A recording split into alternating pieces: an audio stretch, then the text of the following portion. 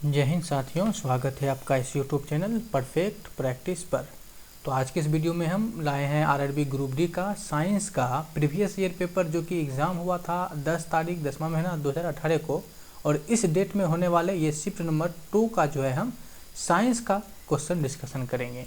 आपको पता है कि ग्रुप डी में जो है साइंस का कुल 25 क्वेश्चन यहाँ पे आपका रहता है साइंस से, जो कि बहुत ही ज़्यादा इंपॉर्टेंट है। यदि आप इस सेक्शन को मजबूत कर लेते हैं तो आपका रिजल्ट पक्का है। तो चलिए हम शुरू करते हैं इस वीडियो का। ये हमारा जो है क्लास का या इस सीरीज़ का जो है वीडियो नंबर 21 है। इसके पहले सर आप देखने के लिए प्लेलिस्ट में जाके देख सकते हैं। तो चलिए हम शुरू करते हैं। इससे पहले आज चैनल पे आप नए हैं तो सब्सक्राइब करके जो है दोस्तों बेल आइकन को ऑन कर दीजिएगा, ताकि जब भी वीडियो हम डालें तो आपको वीडियो आसानी से मिल सके। साथ ही वीडियो को लाइक कर दीजिएगा, कमेंट करके हमें अपना फीडबैक बताइएगा, और वीडियो को जहाँ तक हो सके आप शेयर कर सकते हैं। चलिए तो शुरू करते हैं सीधा अपना सवाल से। तो हमारा क्वेश्चन क्या कहता है कि किसी वस्तु पर बाहरी धक्के या खिंचाव को क्या कहते हैं। यानी कि जब आप किसी वस्तु को पुश करते हैं या पुल करते हैं तो उसको क्या कहते हैं, इसे हम बल कहते हैं। क्या बल? बल जिसका फार्मूला क्या होता है दोस्तों, F बराबर ए बराबर फार्मूला क्या होता है, ma होता है। क्या होता है, F बराबर ma होता है। और बल जो है दोस्तों एक क्या है, सदिश राशि है। इसका मात्रक जो होता है न्यूटन होता है। और न्यूटन जो है दोस्तों एक और राशि का मात्रक होता है किसका, तो भार का। तो भार का भी जो मात्रक होता है वो न्यूटन ही होता है, जबकि बल का भी न्यूटन होता है। ठीक है, तो चलिए बढ़ते हैं आगे क्वेश्चन की तरफ। क्वेश्चन हमारे सामने क्या है कि देश का शरीर जो है कोशिका की 2 परतों से बना होता है। तो किसका शरीर इनमें से कोशिका की 2 परत से बना होता है, तो वो सिलेंट्रा का है। क्या है, सिलेंट्रा का है। जो सिलेंट्रा होता है दोस्तों, यहाँ पे जो हाइड्रा और जो जेलीफिश होता है ये सिलेंट्रा संघ के अंतर्गत ही आता है। सिलेंट्रा जो है दोस्तों एक ये क्या है, जीवों का एक संघ है, जंतुओं का एक संघ है। तो चलिए थोड़ा सा हम जो है संघ सिलेंट्रा को समझ लेते हैं। देखिए सिलेंट्रा का जो पहचान है वो आप किसे पहचानेंगे, इस जीव की जो होता है मुंह से जो होता है वो धागे नुमा रचना निकलेगा। जैसे कि ये आप इस तरह से ये देख सकते हैं, धागे नुमा रचना देख सकते हैं। इसके मुंह से क्या होता है, धागे नुमा रचना निकलता है। और इस रचने का काम क्या होता है, भोजन को पकड़ने का। इससे ये भोजन को पकड़ता है। इसी संघ में जो है पहली बार जो ऊतक का निर्माण हुआ था वो संघ सिलेंट्रा में ही हुआ था।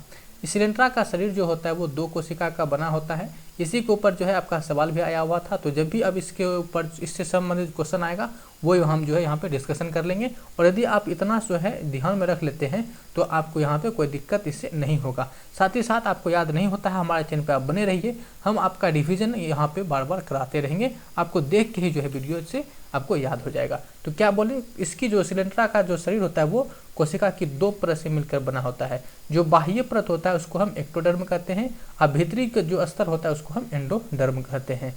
दोनों स्तर के बीच में जो होता है वो ओ कोशिकीय मेसोगिलिना होता है। क्या होता है, ओ कोशिकीय मेसोगिलिना पाया जाता है। इसमें ना तो सिर होता है और ना ही जो है इसमें गुदा होता है, ध्यान रखिएगा। चलिए यहाँ पे क्वेश्चन हमारे पास क्या है, किसी वस्तु की गतिज ऊर्जा के लिए ज्ञात करने के लिए सूत्र क्या है। यानी कि गतिज ऊर्जा का आपसे केवल क्या पूछा गया है, फार्मूला आपको बताना है कि गतिज ऊर्जा का फार्मूला क्या होता है। सभी को पता है, हाफ mv²। ये तो यहाँ पे -2 है, ये नहीं होगा, हाफ mv²। ऑप्शन हमारा क्या होगा, सी होगा। ठीक है, mgh जो होता है ये दोस्तों किसका होता है, ये आपका पोटेंशियल एनर्जी का होता है, यानी कि स्थितिज ऊर्जा का होता है। ये ma किसका होता है, तो ये जो होता है आपका बल का होता है, F बराबर ma। इसके ऊपर भी सवाल तो भी बना हुआ ही था। ठीक है, तो ध्यान रखिएगा सारा चीज़ें।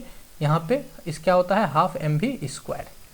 चलिए क्वेश्चन हमारे सामने क्या है कि निम्नलिखित में से किन वैज्ञानिकों ने सुझाव दिया कि तत्वों के प्रतीक तत्व के नाम के 1 या 2 अक्षरों से बने होते हैं। तो तत्व का प्रतीक जो इसके पहले भी जो है ये क्वेश्चन रिपीट हो चुका है, ध्यान रखिएगा। ये क्वेश्चन आपका क्या हो चुका है, रिपीट हो चुका है। ठीक है, तो तत्वों का संकेत किसके द्वारा दिया गया, बर्जीलियस के द्वारा गया। किसके द्वारा, बर्जीलियस के द्वारा। ठीक है, ध्यान रखिएगा।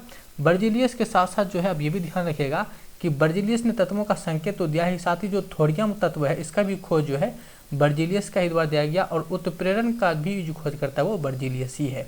डाल्टन जो है इसके द्वारा परमाणु सिद्धांत और आंशिक दाब का नियम डाल्टन के द्वारा दिया गया। जबकि जो लेवोजियर है इसको हम आधुनिक रसायन का जनक कहते हैं, और इन्होंने द्रव्यमान संरक्षण का नियम भी दिया है। चलिए नेक्स्ट क्वेश्चन को देखते हैं।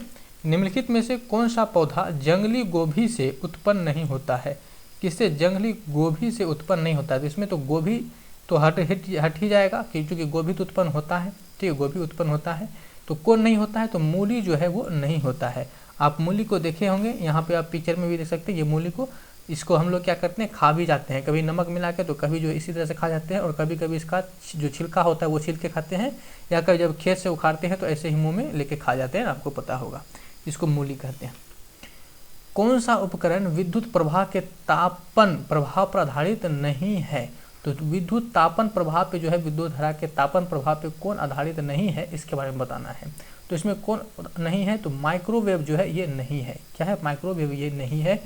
तो ये किस पे है, तो ये जो होता है यहाँ पे माइक्रोवेव, यहाँ से इससे तरंग निकलता है, माइक्रोवेव निकलता है, जिसके माध्यम से ये खाना इस तरह से हीट होता है। ठीक है, क्या निकलता है, वेव निकलता है।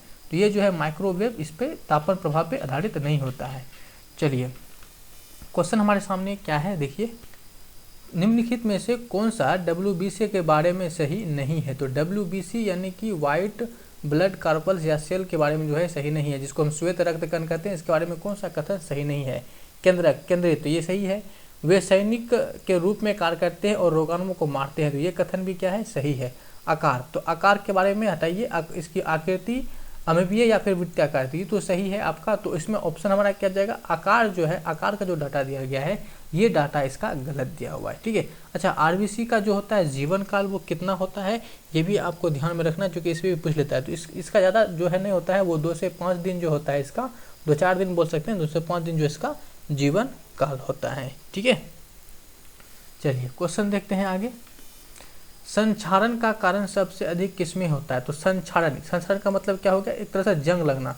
तो सबसे अधिक तेजी से जो है किसमें जंग लगता है, तो क्या हो जाएगा, लोहा में। Fe, लोहा का क्या होता है, Fe होता है। यहाँ पे जो है आप लोहा का पिक्चर देख सकते हैं, इस तरह से ना इसको रखिएगा, तो फटाक से इसमें बहुत जल्दी ही जंग लग जाता है। एल्युमिनियम जो होता है वो ना, वो संक्षारित नहीं होते, मतलब संरक्षण जो है इसका, ये संक्षारित नहीं होता है। ठीक है, इसका क्षति नहीं होता है एल्युमिनियम का। लेकिन सबसे अधिक किस में कहेगा, तो आप बोलिएगा लोहा में हो जाएगा। लोहा बहुत जल्दी ही क्या होता है, संक्षारित हो जाता है। यहाँ पे देखिए क्वेश्चन क्या है कि एक ध्वनि स्रोत 600 हर्ट्ज की तरंग भेजता है और 3 मीटर की तरंग दैर्घ्य पैदा करता है। इस प्रश्न में ध्वनि तरंग की गति कितनी है? अब यहाँ पे प्रश्न को हमने इसीलिए लिया क्योंकि यहाँ पे कैलकुलेशन हमें नहीं करना है, क्योंकि सारे ही ऑप्शन में 1800 दिया हुआ है। यानी आपको केवल गति का मात्रक बताना है, जो कि क्या होता है, मीटर पर सेकेंड होता है। ऑप्शन ए इसका हो जाएगा।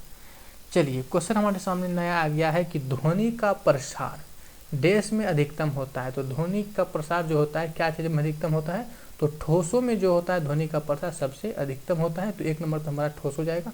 दूसरी बात जो होता है वो तरल में आ जाएगा, और तीसरी बात जो होता है वो गैस में जाएगा। निर्वात में जो है ध्वनि गमन नहीं करता है। ठीक है, तो चलिए थोड़ा सा हम ध्वनि के बारे में और भी जान लेते हैं। देखिए, आवृत्ति के आधार पर ध्वनि को जो है 3 भागों में बांटा जाता है। एक अवश्रव्य तरंग, एक क्या हो जाएगा, अवश्रव्य तरंग, जिसकी आवृत्ति जो होता है वो 20 हर्ट्ज से कम होता है। भूकंप आने से पहले जो तरंग होती है वो अवश्रव्य तरंगे होती है, और मनुष्य जो है इस अवश्रव्य तरंग को नहीं सुन सकता, लेकिन जो कुत्ता बिल्ली जैसे जानवर हैं वो इसको सुन सकते हैं। दूसरा हमारा तरंग होता है श्रव्य तरंगे, जिसकी आवृत्ति जो है वो 20 हर्ट्ज से 20,000 हर्ट्ज के बीच होती है। इसे जो है हम लोग सुन सकते हैं। और 5 वर्ष की नोट करके ध्यान रखिएगा कि 5 वर्ष से जो कम आयु के बच्चा है और जो कुत्ता है वो 25,000 हर्ट्ज तक की ध्वनि को सुन सकता है, जबकि सामान्य मनुष्य 20,000 तक ही सुन सकता है, और छोटा बच्चा 25,000 तक को सुन सकता है।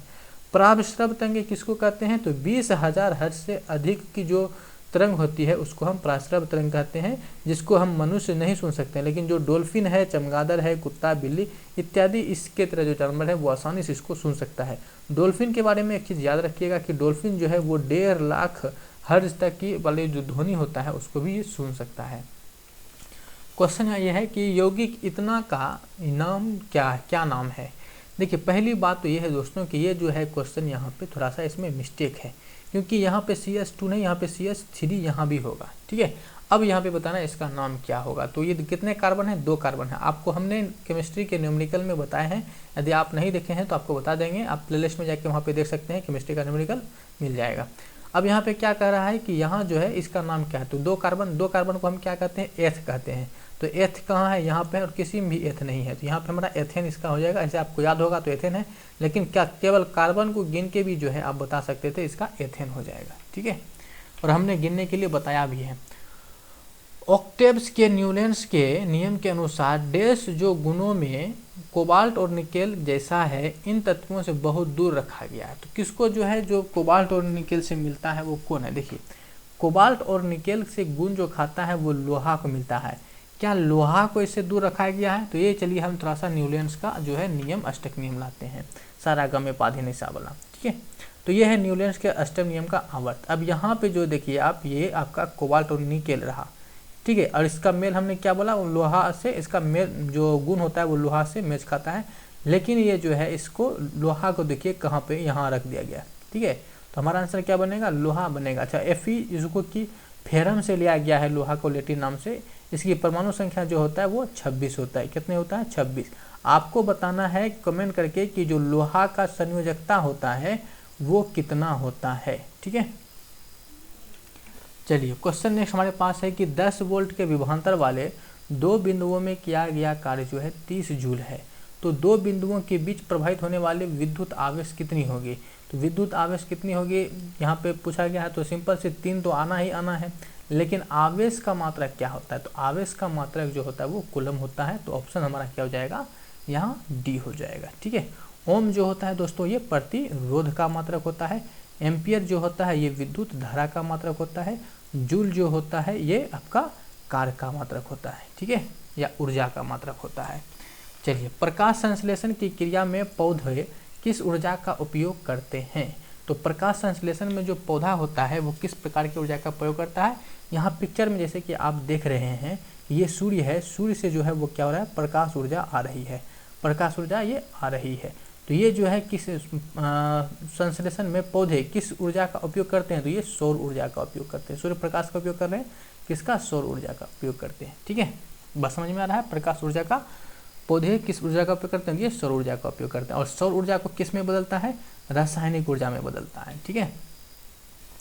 क्वेश्चन यहाँ पे क्या है कि निरंतर गुरुत्वाकर्षण का चिन्ह क्या है? तो गुरुत्वाकर्षण का चिन्ह क्या है? Capital G. क्या है? कैपिटल जी है, ठीक है। गुरुत्व त्वरण कहता तब हमारे छोटी जी आता, लेकिन गुरुत्वाकर्षण बोला है इसलिए ये यहाँ पे हमें ये मिल जाएगा, ठीक है। चलिए क्वेश्चन हमारे पास क्या है कि RNA का पूर्ण रूप क्या है? तो RNA का पूरा नाम क्या होता है? Ribose nucleic acid. तो ऑप्शन क्या बनेगा? Ribo nucleic acid. ऑप्शन हमारा यहाँ पे इसका सी बन जाएगा, ठीक है। अब चलिए थोड़ी सी जो है हम यहाँ पे RNA को समझ लेते हैं। क्या होता है हमारे पास? दो चीज़ होता है, एक DNA होता है और एक RNA होता है, ठीक है। तो RNA जो होता है दोस्तों ये आपका सिंगल स्टैंडर्ड होता है। ये आप सिंगल देख रहे हैं, यहाँ पे जो DNA है आप इस तरह की संरचना को देख रहे हैं, इसको बोलते हैं डबल स्टैंडर्ड, ठीक है। यहाँ क्या है? ये डबल स्टैंडर्ड है, ठीक है। तो यहाँ पे जो है DNA से जो है जब RNA बनाते हैं, DNA से जब RNA बनाते हैं तो इसको हम जो है ट्रांसक्रिप्शन कहते हैं। जबकि फिर हम यदि RNA से DNA बनाते हैं, उल्टा RNA से जब DNA बनाते हैं तो इसको हम रिवर्स ट्रांसक्रिप्शन कहा जा करते हैं, ठीक है। तो चलिए थोड़ा सा और RNA के बारे में जानते हैं। RNA जिसका कि पूरा नाम होता है राइबोज न्यूक्लिक एसिड, इसकी संरचना सिंगल स्टैंडर्ड होती है जैसा कि आपको पिक्चर में दिखा है। इसमें जो होता है राइबोज शर्करा पाया जाता है, यानी कि राइबोज शुगर पाया जाता है। इसके नाइट्रोजन बेस में जो होता है वो एडेनिन, गुआनिन और साइटोसिन होती है। किंतु जो थाइमिन होता है वो थाइमिन के जगह पे क्या होता है? यूरेसिल होता है, जो कि DNA और RNA में एक बहुत बड़ा अंतर ये चीज़ देखने को मिलता है। ये जो होता है प्रोटीन संश्लेषण में ये सहायक होता है। RNA जो होता है वो दोस्तों 3 प्रकार का होता है, mRNA, tRNA और rRNA। कभी विशेष रूप से बाद में इसके तीनों के बारे में हम डिस्कशन करेंगे। फिलहाल हम नेक्स्ट क्वेश्चन की तरफ अपना रुख करते हैं। निम्नलिखित में से कौन एल्केन को दर्शाता है? एल्केन का मतलब क्या हो गया? Single bond. तो पहली बात तो यहाँ पे ट्रिपल बॉन्ड है तो ये हमारे पास होगा नहीं, डबल है ये हमारे पास होगा नहीं। तो ऑप्शन हमारे पास क्या बचा? ऑप्शन बी इसका करेक्ट हो जाएगा, ठीक है। क्योंकि यहाँ पे सिंगल बॉन्ड दिख भी रहा है तो यहाँ से भी जा सकते थे। अच्छा, एल्केन का फार्मूला क्या होता है? CnH2n प्लस का 2 होता है एल्केन का, ठीक है। एल्केन का ये फार्मूला है। जो एल्किन होता है, ठीक है, जो एल्किन होता है, एल्किन का फार्मूला और एल्काइन का फार्मूला आपको जो है कमेंट करके बताना है। चलिए क्वेश्चन हमारे सामने क्या है? पानी में घुलने पर डैश क्षार कम OH माइनस देता है। कौन जो यहाँ पे देखिए इसके पहले जो है सेट में आया था कौन जो है कम H प्लस देता है। अब यहाँ पे क्या आया? कौन जो है कम OH माइनस देता है। तो सब स्वाभाविक है कि क्षार ही देगा, लेकिन कौन सा क्षार देता है ये बताना है। तो अमोनियम हाइड्रोक्साइड क्या हो जाएगा? अमोनियम हाइड्रोक्साइड इसका आंसर बनेगा, जो कि ऑप्शन नंबर कहाँ है? डी में आपको ये देखने को मिल रहा है, ठीक है। तो बढ़ा जाए आगे। तो चलिए हम जो है यहाँ से आगे की तरफ बढ़ते हैं। अब थोड़ी सी जो है यहाँ पे हम बेस के बारे में जान लेते हैं। बेस यानी कि जिसको हम भस्म कहते हैं, ये क्या होता है, स्वाद में कड़वा होता है, और लाल लिटमस पेपर को ये क्या कर देता है, नीला कर देता है।